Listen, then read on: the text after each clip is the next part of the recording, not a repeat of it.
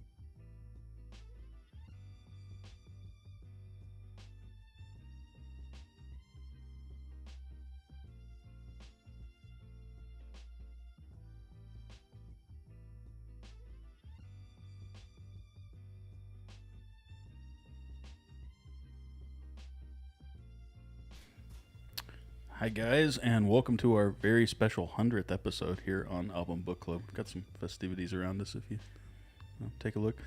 Anyway, welcome. This week we are doing one of my favorite albums, maybe my favorite album. I haven't decided yet. Deloused in the Comatorium by the Mars Volta. Super excited this week. This is a really awesome album. There's a lot of lore, so I'll probably try to explain enough that it makes sense, but not so much you guys get bored. I guess we can just get right into it and not talk too much. Do you want to mention our very special guest? Oh yeah, Steven's here. He's alive.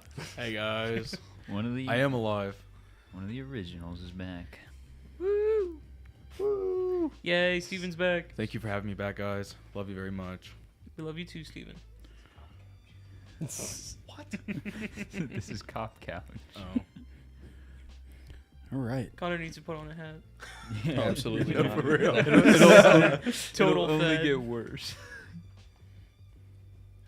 I don't know where we start. I guess we'll just start by doing top and bottom. So it's usually top three. Well, I don't know when I want to start talking like too much. So we'll just get going. Let's accidentally fly through the first three songs and then you go. There's got to be a little bit of. I'll just do it after we get through this. All right, let's go. Who wants to start? I'll start. My top three songs were Cicatriz ESP, Inertiatic ESP, and Roulette Dares. I think you pretty much nailed it. I had Roulette Dares, Drunken Ship of Lanterns, and Cicatriz ESP. Interesting. Hold on, I gotta check the pronunciation of one of these. Oh, we're gonna butcher all the pronunciations. Just be prepared. There everybody. is quite a bit going on in the name section of this Yeah. one. No, this shit's sick as hell, man. Like, it's honestly, I don't think it's like too bad. It could have been worse. Like when they start like mixing languages, then it gets a little weird. Because I feel like they do that sometimes. It's like Spanish and Latin, I think. Yeah. Anyway, I had Inertiatic ESP, Televators, and This Apparatus Must Be Unearthed. What a name. I was like one of the For coolest real. song names I've ever heard. But Awesome. Yeah, I had Roulette Dares, Ariatarca, and Inertiatic ESP. And then I had Ariatarca, Inertiatic ESP, and Drunken Ship of Lanterns. Nice. All right, let's go into the bottom songs. This is what I'm actually interested for. All right. Tira Mi a las Aranas, I think. Okay. I actually copped out. I wrote I have no bottom song on this album. That's valid. That's actually valid. Well, That's so valid. like I was gonna put one of the intros there, but I don't think that's fair because they're not full songs. So they were the ones that were scored the lowest. All right. Yeah, I copped out. The one I picked wasn't a full song. I had Ariatarca. Yeah, I'll be honest. I really had to just kind of pick one, so I'll just cop out on this one. If we can cop out, I'm doing that because it's the score of that song is higher than some full albums or some of the full reviews we do. So It's very seldom we get to cop out, so we're gonna take it. Yeah, this one I definitely felt like I had a hard time picking one. I think I ended up. I didn't write one down, but just like based off of my lowest score would probably be Cicatriz ESP. I understand. That does make sense. That does. But not like it's it's still an amazing song. Yeah. You know, it's not saying that like it isn't art that I like thoroughly enjoy. Oh. Yeah. 13-minute songs aren't for some people. I get it. All right, just a little bit into it. The Mars Volta started kind of in 2001 in the falling apart of Cedric and Omar, the singer and guitar players, previous band at the drive-in. They were riding kind of a wave of success, and they just kind of said, well, you know, we don't get along with the other guys. So they worked on this project for 2 years, recording demos, doing all sorts of stuff. This album came out in 2003. They recruited drummer John Theodore into the mix, and then also had a sound manipulator in real time, Jeremy Ward. So there is someone actively turning on and off effects and messing with mixing boards, and that's pretty prevalent throughout the album. There's a lot of weird moments, and that's happening in real time. That's not done in post, which is really, really cool. But this is a concept album, so the story of the album is based on a novella that Cedric and Jeremy put together. Before we go into the album, just kind of on a serious note, I do want to talk about the lore of this album. Very much has to do with themes that are not very comfortable for certain people. A lot of depression, a lot of attempted unalivings, and then success. So, this is my moment where I'm going to say, hey, if you have those situations in your life, try to stay present in the moment. You know, don't dwell on the past, and just try not to think about the future, and remember somebody cares, you know. And we'll just move on and let that be just a little bit of a warning before we get into much of the lore. But so the novella was written as kind of based on the real life of a friend of theirs in El Paso, Julio Venegas, who was living with depression, attempted suicide, which then put him in a coma, woke up from the coma, lived 2 years, and then jumped off a bridge, never feeling like he fit in with his life. So the story here kind of parallels that, but we also get kind of a look into what could have been going on, and kind of this fantastical Alice in Wonderland meets the Iliad kind of journey in kind of that part of the thing. So it's very much like a movie. You know, they're kind of painting with soundscapes, and the deeper we get into the lore, the crazier it gets, but I'll try to keep that to a minimum as we go. All right, I think that's enough ahead. Let's get into track 1, which is Sans et Lumière, which I think is Spanish and French. Yes. You want to start with scores? You want me to? I gave it a 7 out of 10. I give it a 7.5. I gave this one a 10. 7.5. Gives one 8 out of 10. This is Connor's favorite intro ever. It is the only intro that will ever get above a 7 on this show. This is the intro that all other intros we've reviewed is fighting against and losing. This is like the perfect lead into a song that I've ever heard. It is really good. And I had a little bit of a unique experience with it because I've heard Inertiatic ESP a lot more than I've heard this whole album. Like, that's the only song I've heard off this album beforehand. So getting the introduction into it was actually really cool. Cool. I don't have a ton of notes about the music, but I can go into the kind of the story of what's going on here. This kind of starts out the whole story with kind of a flash forward, and you see the main character, who in the short story is known as Serpentaxed, kind of on the bridge ready to jump. And then this is kind of him falling into the coma, and the Tremulants, which are these kind of bug kind of creatures, which is where Louse is, like Deloused comes from. So we get the title of the album right at the beginning here in the lore. Kind of come out, and this is the starting telling of the story.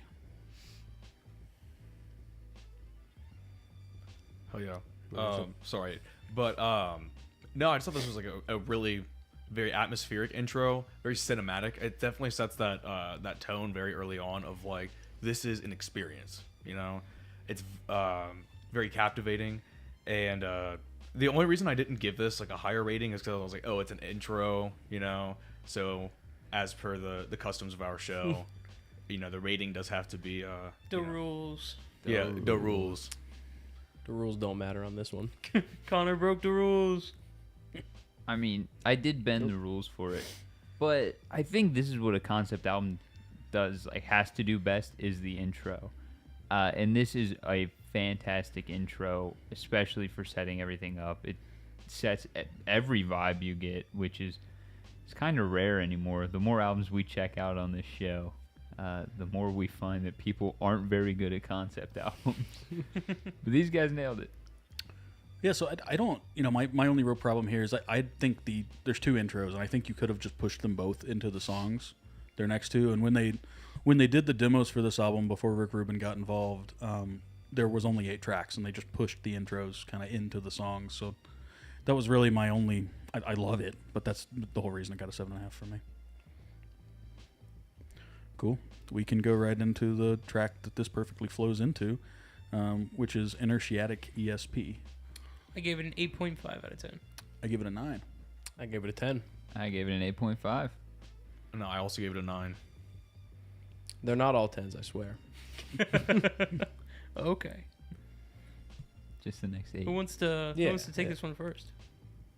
I can start with the lore if you guys want. That way it doesn't break up our kind of stories. But Sure. this is the Tremulants starting to tell the story of their world. This is the world building episode.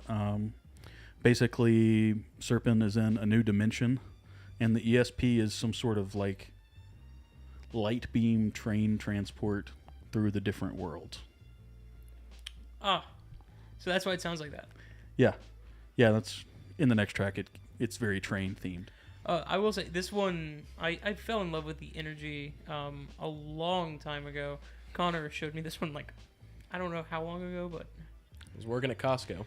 yeah, it's been a minute. It's been a fat minute since I've been listening to this one, and it's always been great. I've never gotten tired of it, and all the musicality going on here, it's so great. I feel like it's very, very, very cinematic, very thematic with how it all sounds. Does a great job at painting a picture. The only thing I'll add is this is the first time we really get the sound effects, and there's a lot of really cool reverse delay going on at the end. And I mean, he's doing all of this with pedals and a mixer. If you ever see a picture of what Jeremy was using in the studio, it's like a little cart, and he has a guitar pedal board with the mixer built in where he's running the audio signals from the band in real time.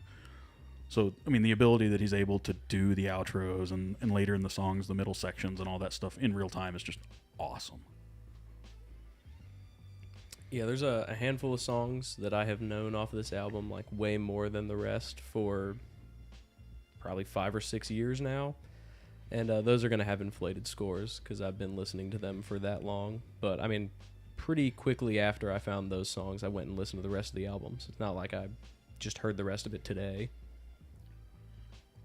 Yeah, I do find it very hard to take logical and legible notes about this album without just saying Omar's jazz scale was sick, because that could be half a second in or 16 minutes in, So all of my notes are basically just about how hard it goes. And there was a flexitone at the end of this one, and that was grade A.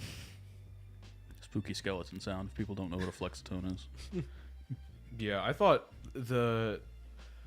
I was, when I listened to this to do the review, I was alone in my house, and I sat down and just angled my speakers on my stereo just in my face, so I could just get the whole album unfiltered. I feel as it should be, experienced. Because I've listened to this album a million times, but I really fell in love with the way that this dance around styles, within phrases almost, and it just I feel I get something different every time I listen to this.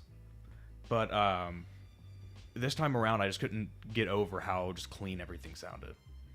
I was just kind of I don't know how balanced and again cinematic it was, because I feel I've never listened to another album and felt I was getting as much of a story as I am with this. But yeah, other than that, I mean, just blown away. Cool. I didn't mention Flea plays bass on this whole album from the Red Hot Chili Peppers, and then John Frusciante is in on keyboards and guitar on a few tracks. I didn't write down exactly which ones, but I just thought that was interesting because we did a Rick Rubin produced Red Hot Chili Peppers album last week, I meant to bring that up at the beginning, how hilarious it was that they went back to back. See, I think we brought it up last week. Probably. Yeah. Whatever. All right. The next track is Roulette Dares, or The Haunt of Roulette Dares. 8.5 out of 10. I give this one a 10. 8.5 out of 10. 10. 9.8 out of 10. So we're just switching. It's the same scores as last time. We just switched who has what. Where did the 0.2 come from? I don't know. No. Okay. Just five. Just five of when I was sitting there in that moment. I'm like, I have to give us a number. Okay, 9.8. So with the lore on this one, they're in like an interdimensional train station, which is actually kind of like the metaphor for the hospital waiting room, since he's in the coma at this point in real life. But during the song, he kind of goes from like waiting in the station to moving in what in this song they call a boxcar to move on to the next part of the world. So this is just more world building, essentially. Actually makes a lot of sense because most of my notes is that it does a really good job of balancing between the slow and the fast parts and like switching between them pretty seamlessly. Yeah, this one was a little bit of a longer one. I think it's like 7 minutes long. You don't know what longer is. Not yet. Not on this album. Hold on. But it does everything it needs to stay interesting. Like I am not a fan of songs that are over 4 or 5 minutes long. Wow, you look, know? you've extended your timer, buddy. Look at you. Yeah, I've listened to some older tracks. But the musicianship just throughout this whole piece is insane. The bass and the guitar the whole time, they're just dancing with each other, and it's great. The energy is still there, and they kind of hold it throughout the entire track, which is insane. Yeah, if you... Maybe not so much now, but if you watch any live videos of them playing the first 3 albums, they are all soaked in sweat and like just covered in it by the time they're done. Because when they play live, they extend this stuff way out too. So they're just going full ham all the time, which I think is one of the coolest things you can do as a band. Is just to never let up. But I think that comes from the At the Drive-In background. That's more of kind of that style than the prog rock style per se. But that's one of the biggest things I love about the Mars Volta in general, and this track has a lot of it. It's just like raw bombast. That's like the best way to describe it. But you still get a huge dynamic range. There's psychedelic meandering, and then there's a couple points where you get this power that like gives you goosebumps and puts all your hair up on end. It's just a really cool track all the way through. Yeah. So there are very few songs that I will shout the lyrics to and refer to as little TikTok emoji guy songs. And this is one of them. But Exoskeletal Junction at the Railroad Delayed goes hard. Screaming at the top of my lungs. Especially when I had not known any of the lyrics until I was at their concert, and they instantly clicked what they were in my head, and everyone in the crowd was singing. That was insane. That's a really weird theme that like for lyrics that don't make a whole lot of sense, people know all of them. Uh-huh. Which is, I just think it's cool. Another tidbit, at some point I will get that tattooed on my back. I've wanted that specific line tattooed on my back for like 10 years. Just do it. One day. Yeah, this song, again, I kind of feel like I maybe went a little bit too academic and just like kind of judged it from a musicality standpoint. But it was, I with this song, I noticed a lot of like the push-pull, kind of like between slow and fast. And just the way that they do that dynamically was really interesting also, as well as just with the time. So again, just going back to like, it's just a show of acumen. It was just, it's so impressive to like just be like, oh my god, someone caught that in that moment of time. I don't know, maybe that's a little bit too out there, but no, it was just cool ass song. That's what most of my notes are like too, to be honest. I mean, if I didn't have the lore in here, I'd be struggling. All right, speaking of, we can move on. That was a terrible transition. The next track is Tira Mi a las Aranas. Go ahead. I give it a 6.5 out of 10. I give this one an 8. I gave this one an 8. I gave it 6.5. Gave this one a 9. Is it the rules? It's moment? the rules. Yeah. I gave it at least a plus. It's- My thinking was I broke it for the first one. This one should have just been tacked onto the song. Was my wholehearted belief. I understand not wanting to do 8 tracks, but 9 tracks is fine. I am of the same belief. I think this should have been tacked on. I do think the transition is still cool. Got a half point for that, and it is a nice spot to kind of space out. I feel like it's well placed. I really liked the sound effects on the 12-string intro here. I don't know if it's really a 12-string guitar, but whatever they used to make it sounded really cool. It's kind of got a different vibe than the whole rest of the album and the song coming up to it, which, you know, the way I see it in my brain is this is just more world building. You're moving into the next world, so it's almost like somehow the boxcar comes over the hill and you're seeing the sunrise, and that's what all that like 12-string is. And somehow it turns into a submarine, because the next 2 tracks are about some sort of graveyard dimension full of ocean ships, like submarines and stuff specifically. I'm actually doubting that I wrote the right notes on the right song. I think this one might have started the next song at some point, and I didn't realize it switched until later. This is a perfect transition. Mm-hmm. But either way, like this one, it takes a little bit to start going, but once it does, it's great. And I like the intro, and there's like the soundscape later. It's just this song is doing a lot for it being like the intro to another song. Mhm. But yeah, the only this also might be to the next song. I'm now doubting where the split between songs was, but there's a like an alarm sound that's going off in the background of the soundscape, and I'm not a huge fan of the alarm. It's like the one thing in this entire album that I don't like the sound of. Well, I can explain what it is when we get, because that's the next song, I'm pretty sure. Is it? Okay. But I can explain what it is. He's in the submarine. That's the submarine alarm. I figured there was a reason for it. It's just that sound specifically was not liking. I got the rules, man. Mm. No, I feel like this stuck out enough though for like sonically for it to be its own song or its own track rather. It is definitely shorter and you know all that, but no, that's why I justified giving it the higher rating. But yeah, definitely feels like a crux of the story if you're just listening to it, or in this case. So I think as a storytelling device almost, it makes sense for it to be its own track. I think if it were any other band, I agree with you. But because it's the Mars Volta, I think it just makes sense to tack it on. Fair. Because realistically, the way I look at this album is like someone put a pencil down and then they just kept drawing that line and never let up till they had this beautiful image at the end. So, guess my pacing score now, I guess.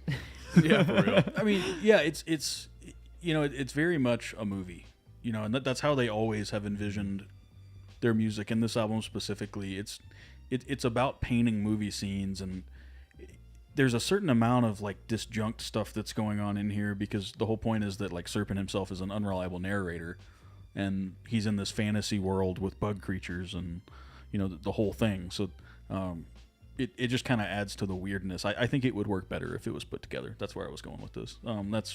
We'll talk about it later in pacing. If it was just one track. Yeah, and my other note in pacing is if they're going to do it here, why don't they do it later? We have a 13-minute song later. Why didn't that get broken in 2 in the middle? But Because Rick Rubin exists. right, and I have some more Rick Rubin notes at the end. But all right, we'll go ahead and get. We've talked about track 5 a bunch already, but we'll go ahead and get into it. That is Drunken Ship of Lanterns. 8.25. This is a 10. 8.5. 8. Oh, 9.5. This is, I think, where most of my notes for the last song went. They brought this is the first time the bongos show up in the drums, and they always sound good. It's weird to have bongos on a song like the ones on these albums, but I think it fits. Nothing close to jungle sounding in any way. Yeah. I just think those moments sound like Santana. You know, I They have really do. I have in my notes. You know, there'll be like Pink Floyd sessions or sections, or there'll be Santana sections, or like there's a whole track that literally just sounds like later Led Zeppelin, like note for note. You know, it's just really funny how many different kind of classic rock bands they roll through, and it's super funny to say that and realize this came out in 2003. So. Yeah, I think a lot of my points in this one actually came from how well I was able to picture water. Like it gives off just the vibe of a lagoon. It has all the noises for it. It's water, man. Like they paint water. It's crazy. Yeah, and so the lore on this one, I should have said that. He's on a submarine, and then two submarines collide in like the submarine graveyard. Then he gets stuck in one. Is that what the noise at the end is? I think. Okay, because the two notes that I have on this song that weren't tacked onto the one before it is that the effect the sound effect at the end actually startled me, and that I love the guitar part at the beginning of the song, but as we just learned in the last song, I have no idea where in these two songs that actually is. So he also gets held against his will in the submarine, which will make sense in the next track. So he's like being held at gunpoint when they collide or something like that. The whole premise is that these bugs, the Tremulants, want Serpent to be their new prince and like rule over their dimension. But again, it's really weird. It's kind of this like Alice in Wonderland kind of thing where everything just kind of keeps morphing. You don't really know if you're on your toes or not. It makes sense, but it doesn't. Yeah, I completely stopped trying to figure out how to take notes at this point. It moves very well. That is something I can say about the Mars Voltas. No matter how insane they get, it all just feels kind of like it's going to be okay, and then it is. It's like driving in the rain, man. It's a gamble. It's fun. Yeah. I would say to extend that metaphor, it kind of feels like when your dad's driving really fast in the car, you're like a little ass kid, but you know, like he might be speeding, but you're gonna be okay. That's what it feels like listening to it, because they build so much tension. It's like almost palpable. That was one of those things that I was like over and over is thinking like, you could almost like taste this, but the way that like they just, you know, again, like to release that, going back to the whole push pull thing was kind of crazy. This track specifically, I mean, I'm a sucker for like Latin percussion, just anything, whether, you know, whatever it may be. Just love the sounds and the rhythms. So this was great because that. There's like a quasi-Latin breakdown groove he plays in this that I steal all the freaking time. That's most of the reason that this is a 10, because I steal like that halftime 12/8 Latin groove all the time. People always love it. Sorry, go ahead. No, but yeah, I mean, exactly. I actually commented on that into the halftime ride groove. Yeah, like at the 2-minute mark. So I think I was writing about that. But then there's this like weird, just like section like right around the 4-minute mark, which is for some reason throughout the entire album there's always some change like right at the 4-minute mark on all of these songs, usually like, the ones that are 4 minutes or longer at least. Probably has to do with the golden ratio, probably, or like whatever the other one is, the rule of thirds. It probably has to do with like filmography, because Omar was super into it when they were writing this project. Oh, okay, yeah, that would make sense then. Yeah, but yeah, fucking awesome song again. It's just back to back to back to back to back, so it's kind of hard to like really rate any of these songs, because I mean, if I could, I would give them all 10s, but I had to stop myself from not giving them all 10s.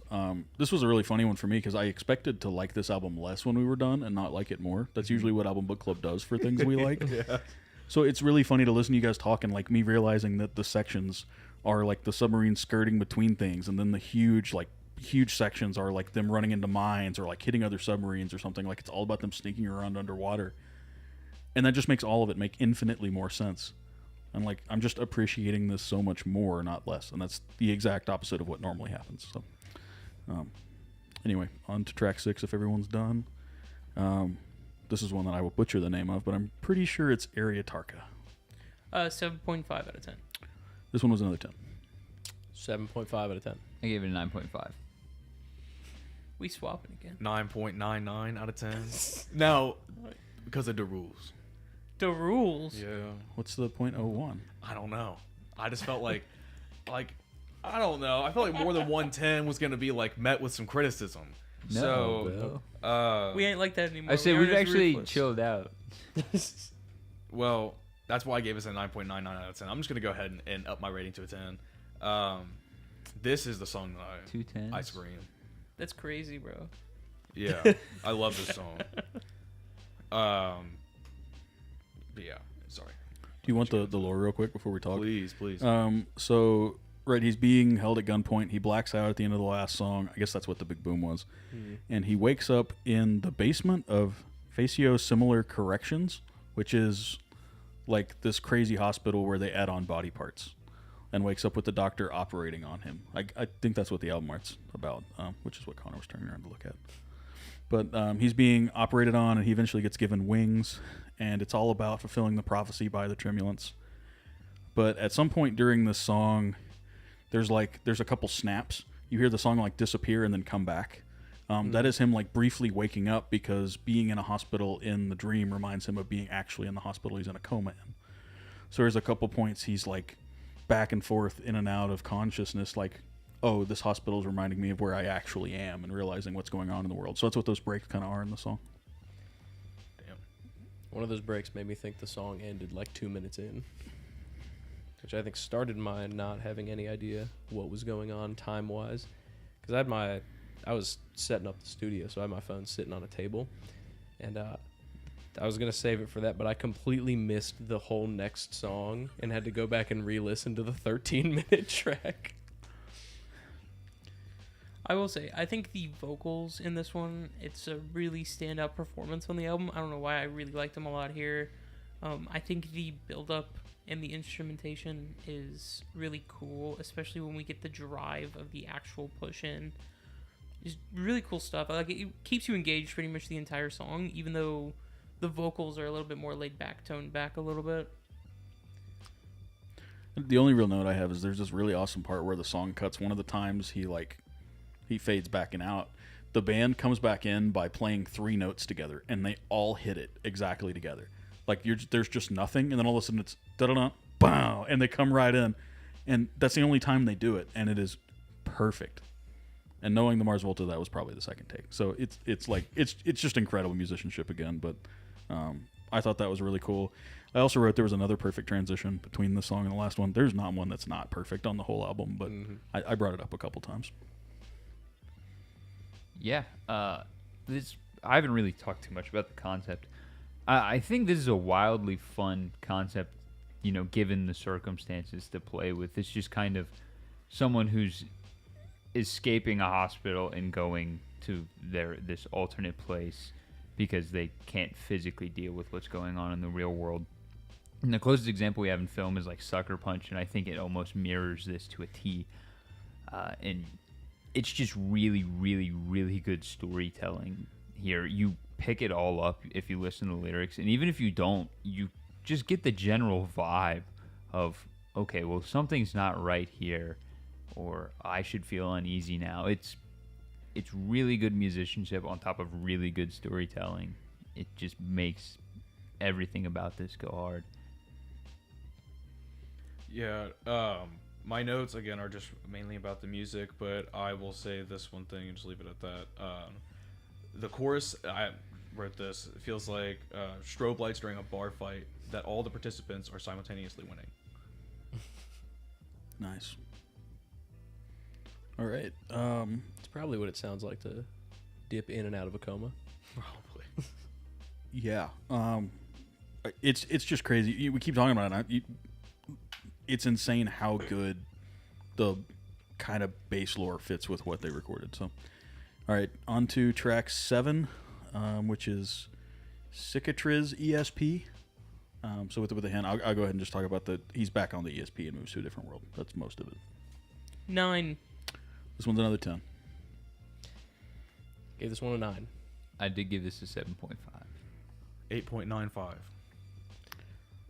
So the whole reason that I gave it a 10 is because the band stops playing and then leaves, and there's just a helicopter moment. And then not only is it perfectly in tempo, but they come in on like the end of 4, and just like freaking nail it, and then they're just back in.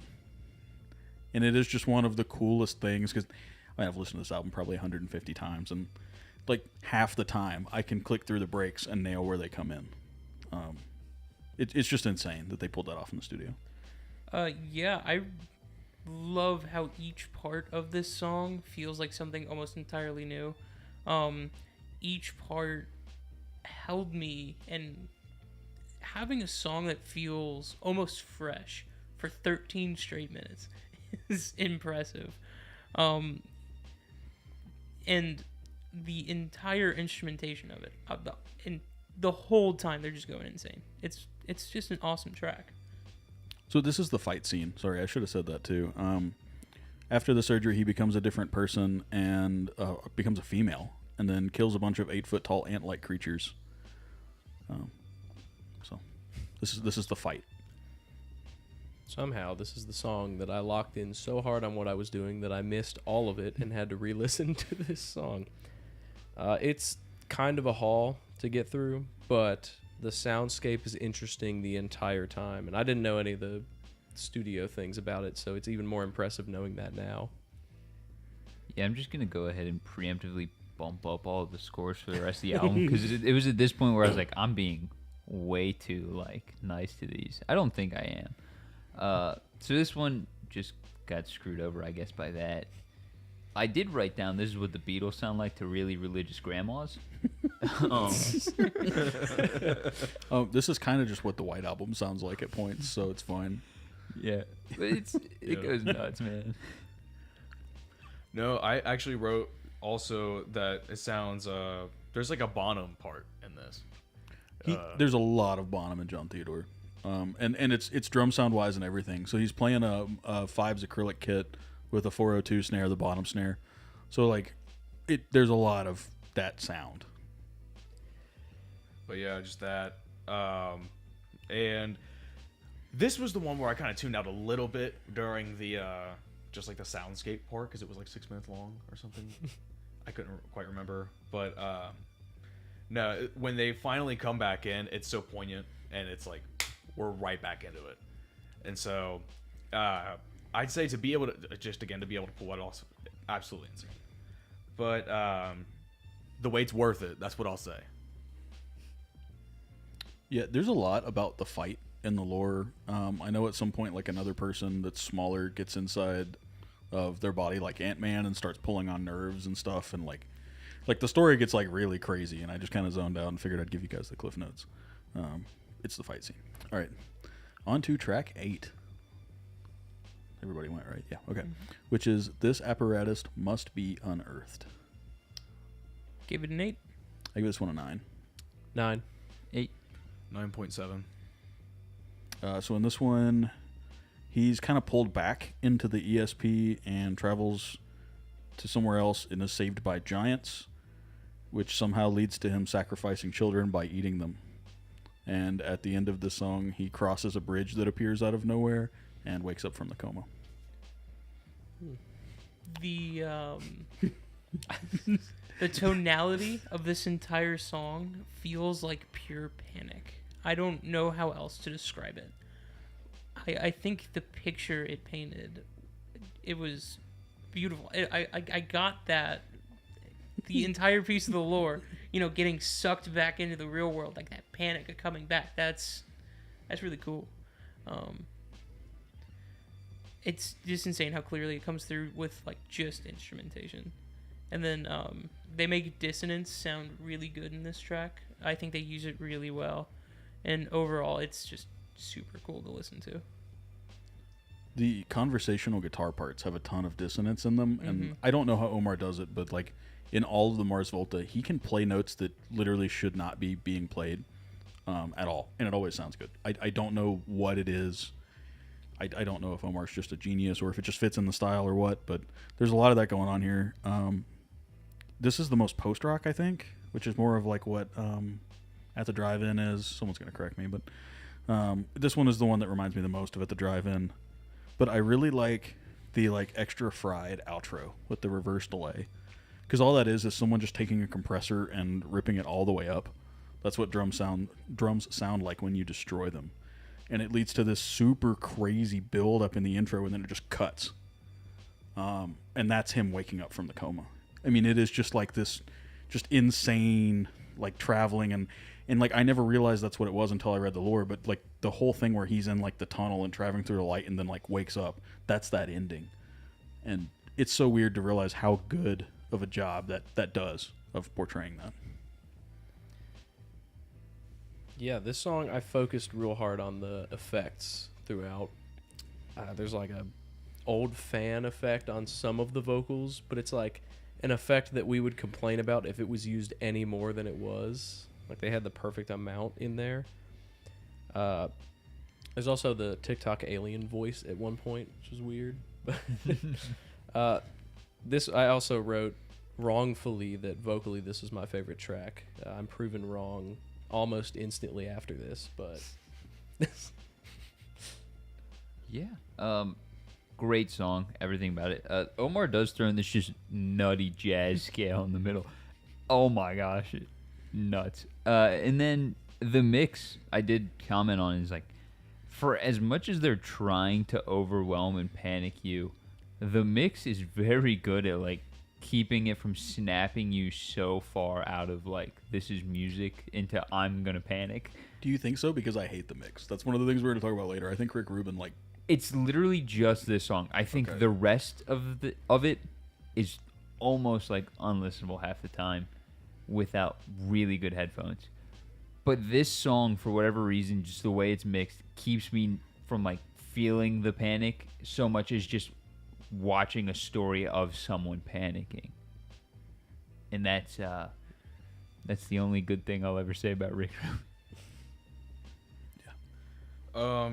Again, is like a lot of his stuff is just about like the musicality. Excuse me. I commented on some of the, like the chromaticism, of course, like the jazz scales. Like I just perked up my ears. And there's a shuffle groove. Sorry, I gotta get closer to the mic. There's a shuffle groove that's played like intermittently. It's like one of those kind of things that they come back to. Sorry, I love that groove. This is like, if you ask any drummer that's heard this is in their top 10 drumming albums of all time. And it's funny because John Theodore wasn't actually the one that did all the demos that the tracks are based on, so there's not a lot of his isms in the album, and I forget what the other drummer's name was, but the guy who recorded all the demos was even crazier. So it's just like they took someone who was absolutely absurd and watered it down just enough to be palatable. I think that's the magic. Damn. All right, we're gonna get through this. On to track 9, I would hope so. which is Do this once a week.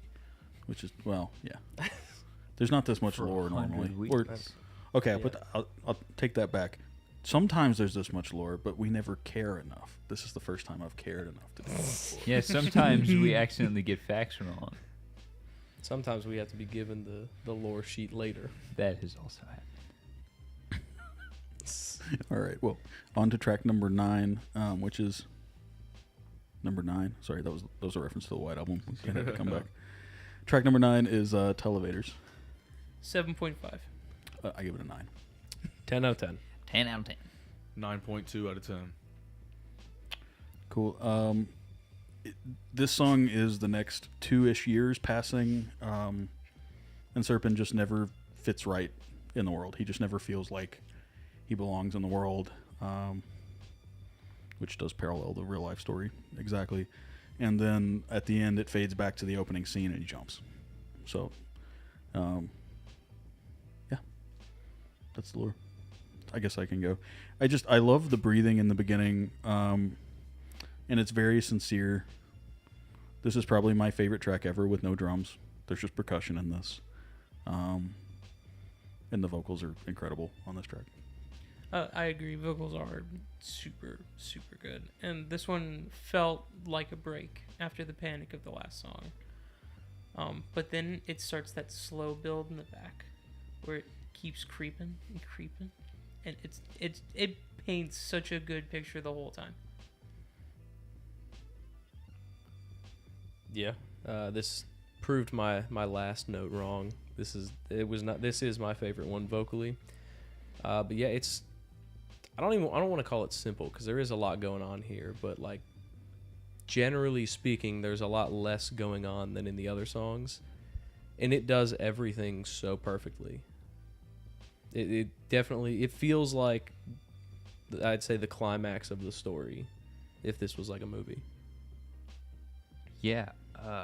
I mean, to touch on where the true basis of this would sit in someone's true mentality of this is the acceptance, which is the ease that you're feeling in the music.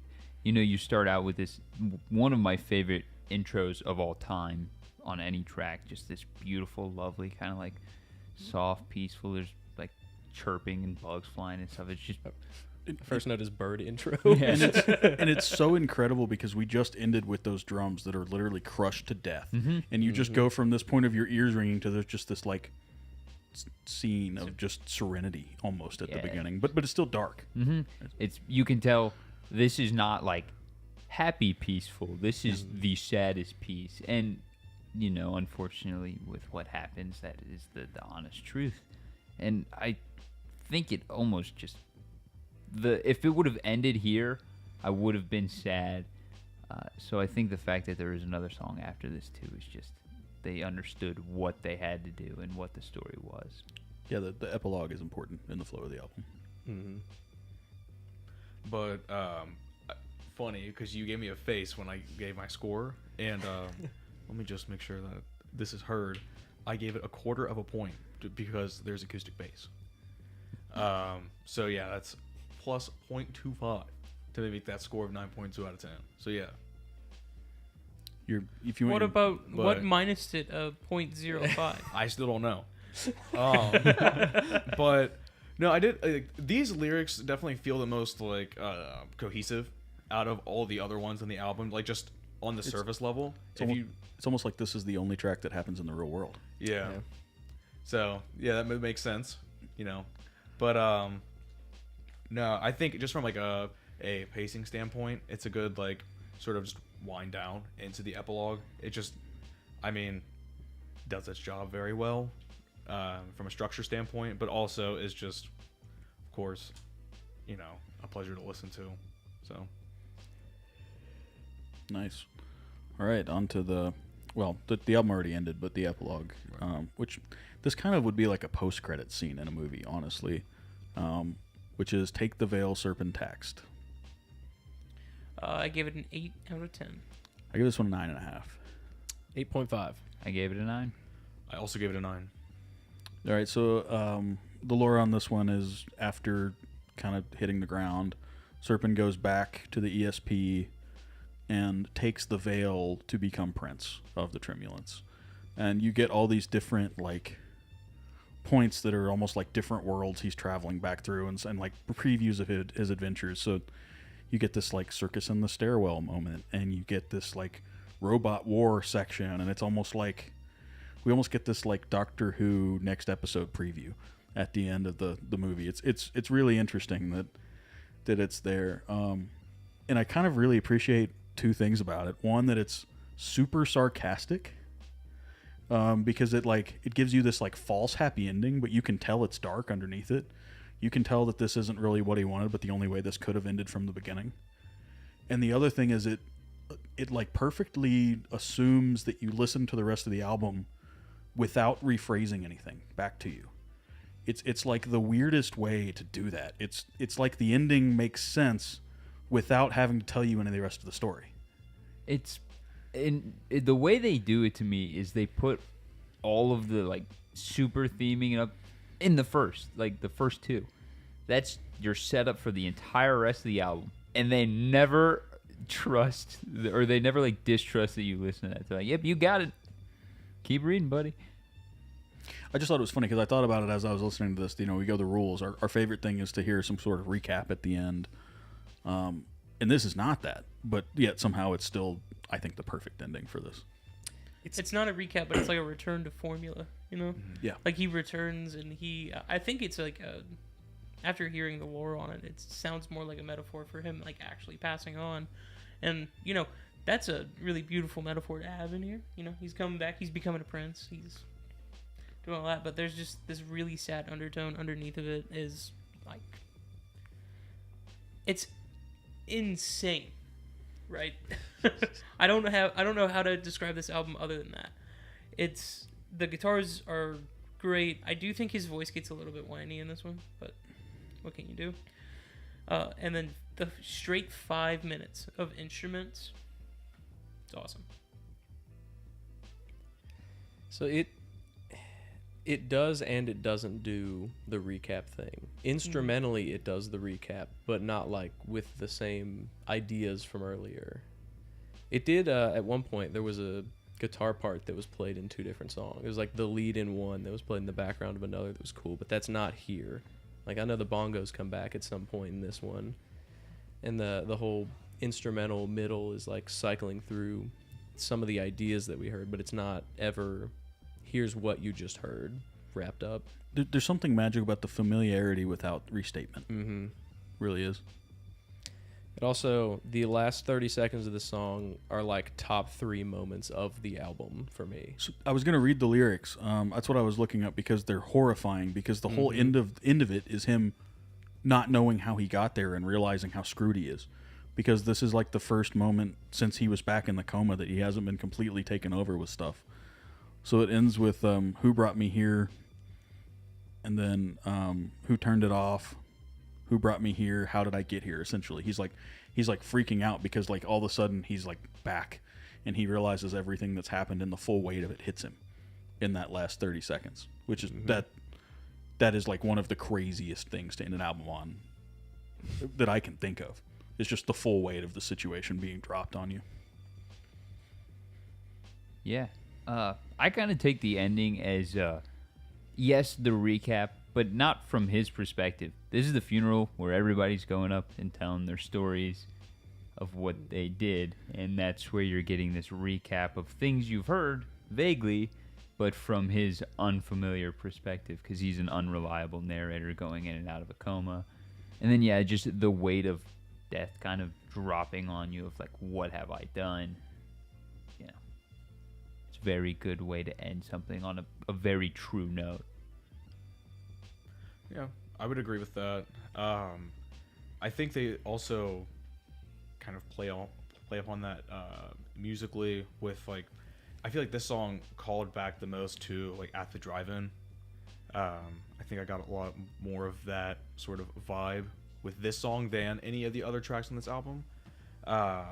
So I think to kind of like to, I guess, you know, beat that horse, you know, whatever the metaphor is, with the whole recap thing. But no, I think that also, of course, plays into the you know, the weight of the situation being dropped on you is, you know, how a lot of people feel when, or like people who have survived attempting, you know, that, you know, a lot of people say that they regret it, and that in that moment they feel like, you know, of course, the weight of the situation and the consequences, and they're like, oh my god, like, you know, it's disorienting. So I think that they, you know, imbued the song with that in the best way possible. Yeah, just to answer one of the comments we talked about earlier, but this John Theodore's drumming is just an absolute freaking, it's a masterpiece. It really is. As a drummer, like the second I discovered this became one of my favorite albums, and that's kind of how I was introduced to this, was by another drummer. So super cool. Other cool musician notes, of course, Flea is on this, but a lot of people didn't know that because he plays a P bass, so he doesn't sound like Flea. Frusciante's on this, but again, he doesn't play a Strat, so he doesn't sound that much like Frusciante. Plays a Jaguar and I think a Gretsch at some points, but just some super cool notes. They recorded this in, I forget what it's called, like the Mansion, the big studio Rick Rubin owns. He was around for the whole thing, and I think he kind of watered down some of the stuff that was happening. They released the demos on the anniversary, I think, or maybe when they put the vinyl out in 2020. Those demos have a ton more like organ in them, and they're very much more kind of like rock opera, which is kind of what this was kind of supposed to be. So you take it or leave it. That was just kind of my overall notes before we got into overall, but going to pacing. So 9.5 out of 10. I give this one a 9. Pacing is a 10. I gave it 10. Easy 10. I see a 10. I do. My whole thing is just since I've listened to this so many times, I always listen to it as a full album. And since I was listening to this track to track this week, the break, no matter how small, in between those intros and the song, didn't need to be there. And I've always thought Cicatriz ESP is a little long and could be split into 2 tracks, even though it comes back. I think the whole soundscape could be, or even if it was just listed as like A, B, and C or something on the album to help break it up a little bit. But it all, as far as track to track flow, is pretty much perfect. Yeah, I feel pretty much the same way, but my 2 are the one interlude feels like it should be tacked onto a song, or Cicatriz should be split into 2. Like, they've kind of just, it's a little disjunct. I wish it was one way or the other. Other than that, it's perfect. Yeah, if I didn't know this, well, I didn't know the story before today, but it was a 10 before that, and if it wasn't, it was gonna be by the time we got here. Yeah. I mean, to me, the other stuff is just semantics. If I throw this on YouTube, there's not going to be any break. I'll put on the hour whatever version where they've already cut it all together, and that's how I listen to this anyway. So it doesn't bother me any. I think as far as a story goes, if this were turned into a movie by the band, I would go watch it without a question in my mind. So I think they did a good job with it.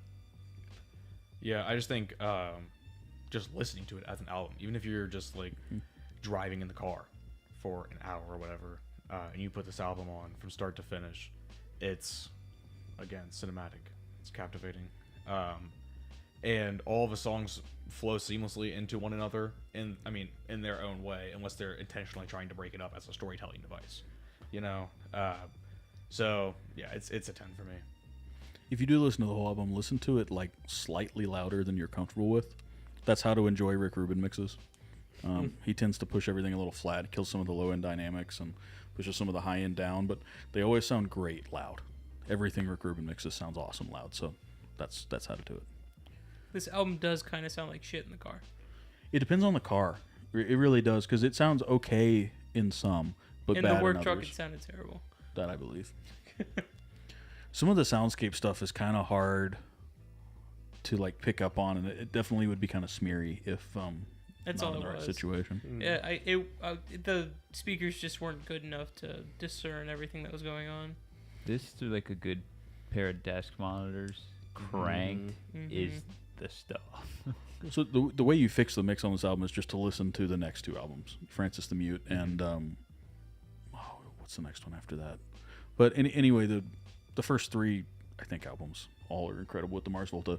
It matters a lot what drummer plays with them. They kind of lose some energy if they have a drummer that's too laid back. I think it kind of reins Omar in. But anyway, unfortunately, I didn't mention this earlier. I guess now may not be the time, but Jeremy passed away not too long after the recording of this, so he's not on any later Mars Volta. I'm fairly sure. I don't think he's on Francis the Mute, which is the next one.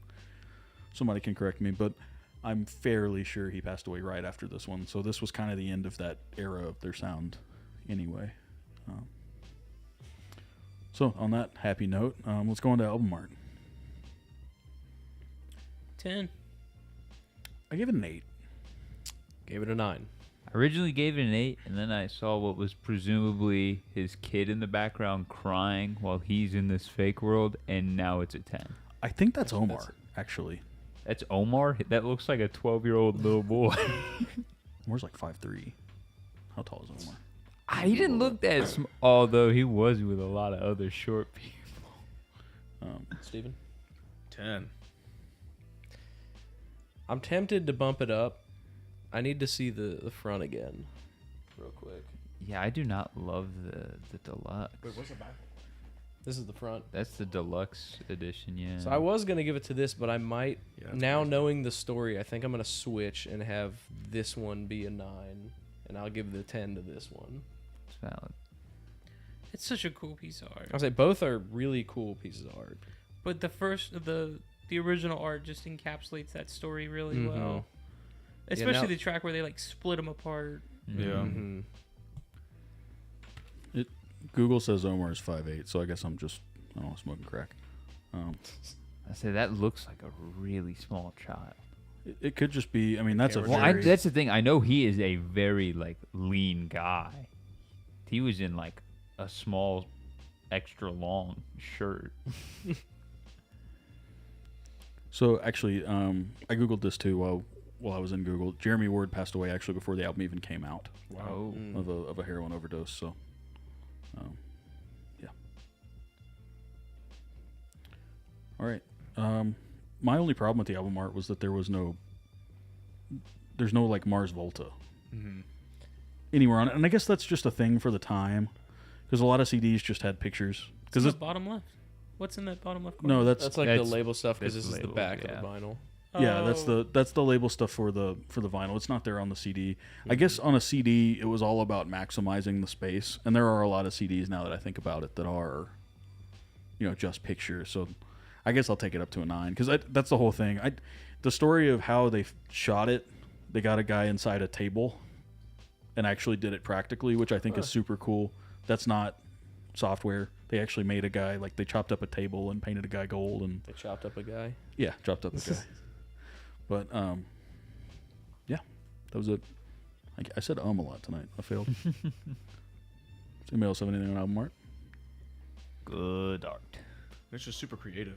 I mean, because when I first looked at it, I was like, how did somebody come up with this? Like, what was going through somebody's brain to be able to be like, yeah, we're going to put these different things together. And I guess it makes, Brother, it have makes a you lot more listened sense to now the with the story. lyrics? The lyrics, I just kind of like took in because none of them made any sense. And I was just like, yeah. I Now was look just at the vibing with artwork. it. Yeah, it makes sense now that, I have like a little bit of knowledge on like the lore and stuff. See, I always assumed the lyrics were nonsense and that the artwork was nonsense, but knowing that that's definitely the basement of facio-similar corrections, is cool. Yeah, that's awesome. I mean, I think the other side. Did you show the other side? Yeah. I think the other side is the drunken ship of lanterns. I think that's actually the ship graveyard. Oh, really? I think that's what that that's makes supposed to sense. represent. So I think they just kind of picked one of the worlds. I wonder if there was concept art done for any of the other worlds. Probably. I think that'd be really cool to see. Huh. All right, sorry. I lost YouTube. I wanted to make sure we're good. We're actually we lost the live like 30 minutes ago. We just didn't have the heart to tell you. I would feel absolutely terrible because I've talked a whole lot since then. All right, on to album overall. 9. I think you guys know what my answer is going to be. This is a 10. I have it written a 9.5, but that was in preparation for not reading the short story, and I was going to bump it up after that. But now that we have the synopsis, at least, I'm going to say 10. 10. Easy 10. I'll bump it. 10. I mean, you were kind of the Second wild. time on Album Book Club. Pretty much anything has got a 10 on overall. Yeah, Carson was a wild card anyway. I wouldn't have been offended. There's just a lot of moments that. Well, it wasn't 9 before the lore, and then all of the lore came through, and I'm like, oh my god, it makes so much sense. It's actually like a 6. That's gonna be so taken out of context in the Monday, Wednesday. Really. Mm-hmm. yeah. It's like a 2. So I had 4 10s on the album, but I was waiting. I was So waiting. We need Stevens on camera now. Carson, do it again. I don't have yours. Or I don't feel like going back and getting yours because I lost it. I don't even remember where I was in my Album overall 10, 4 10s. Yeah, so I had 4 10s on it. I've loved this album for a long time.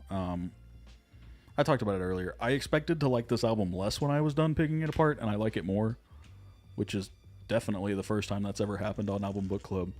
I'm not going to sit and read the novella. I'm glad I got the Cliff Notes version off of YouTube, but the lore makes it all so much better.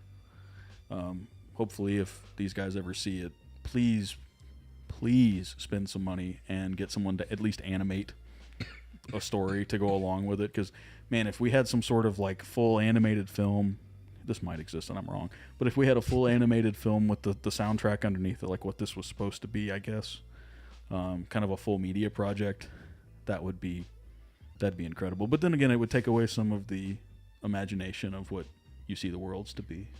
I don't know. I think every time I've seen an album do that, I've enjoyed the heck out of it. What's stopping us other than legal reasons? The ability to be that artistic. No. Stop looking at me. Carson's free time. That's fair.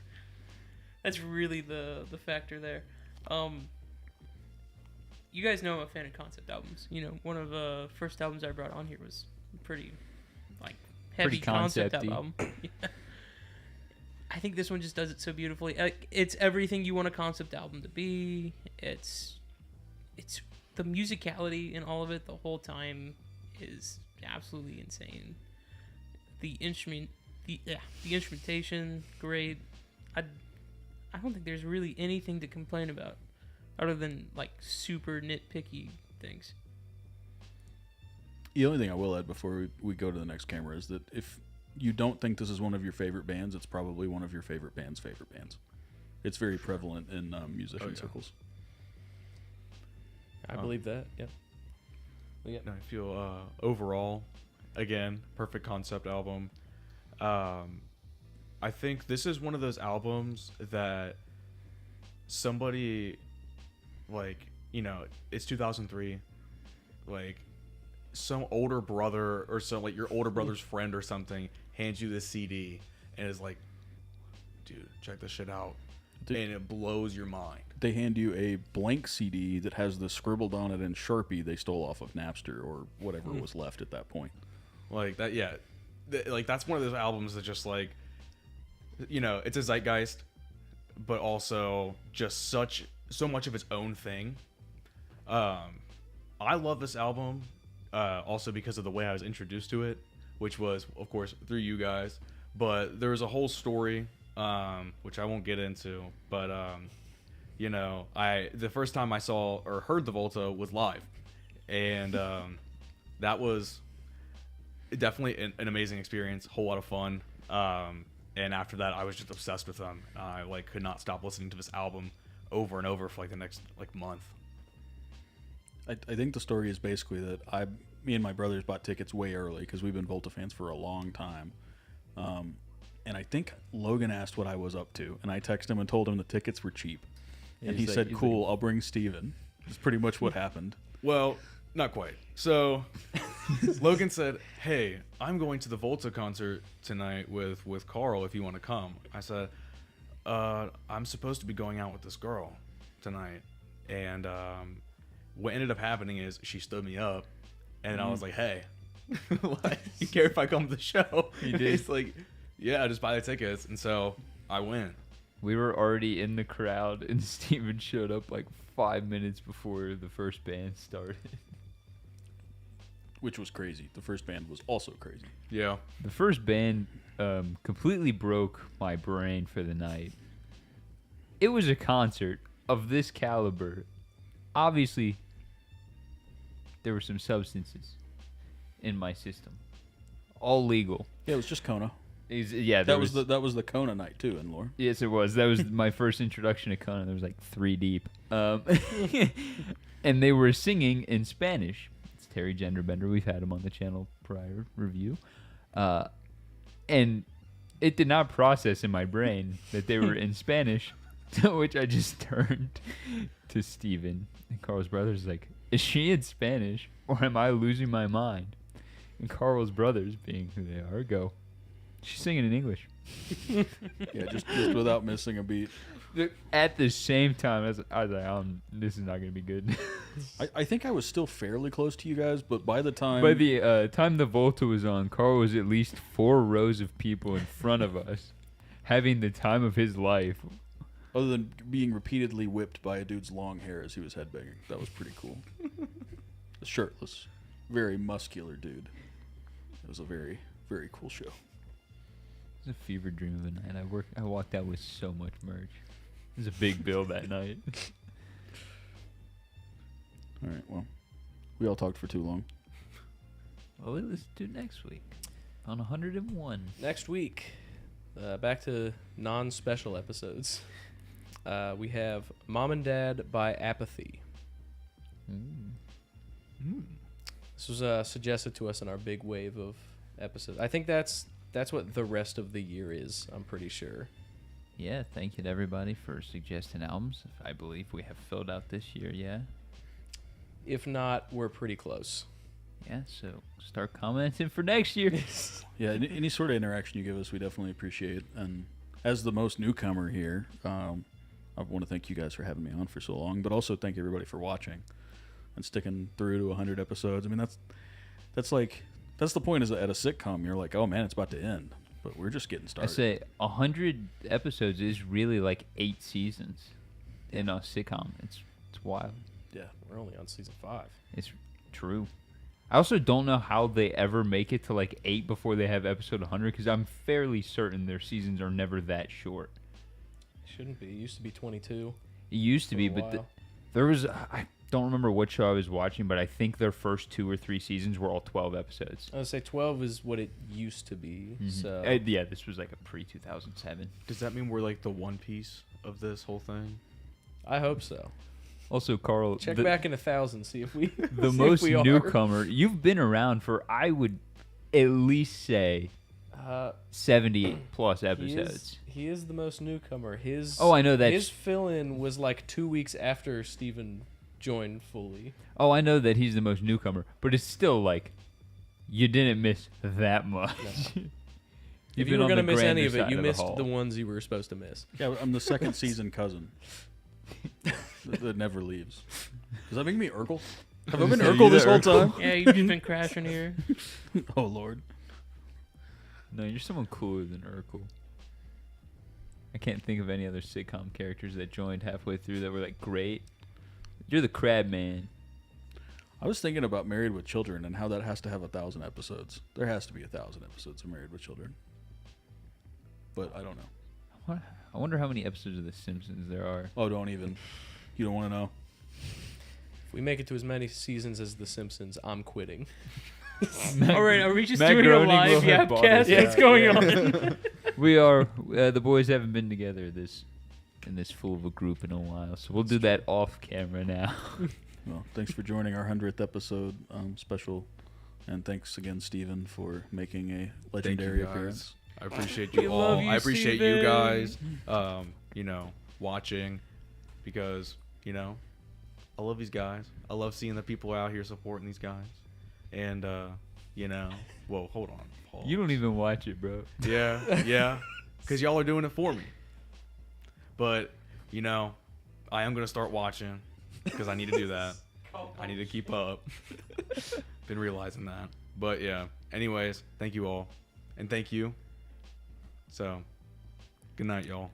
Thank you, Bug Moment. Thank you, Bug. Thank you, Bug Moment.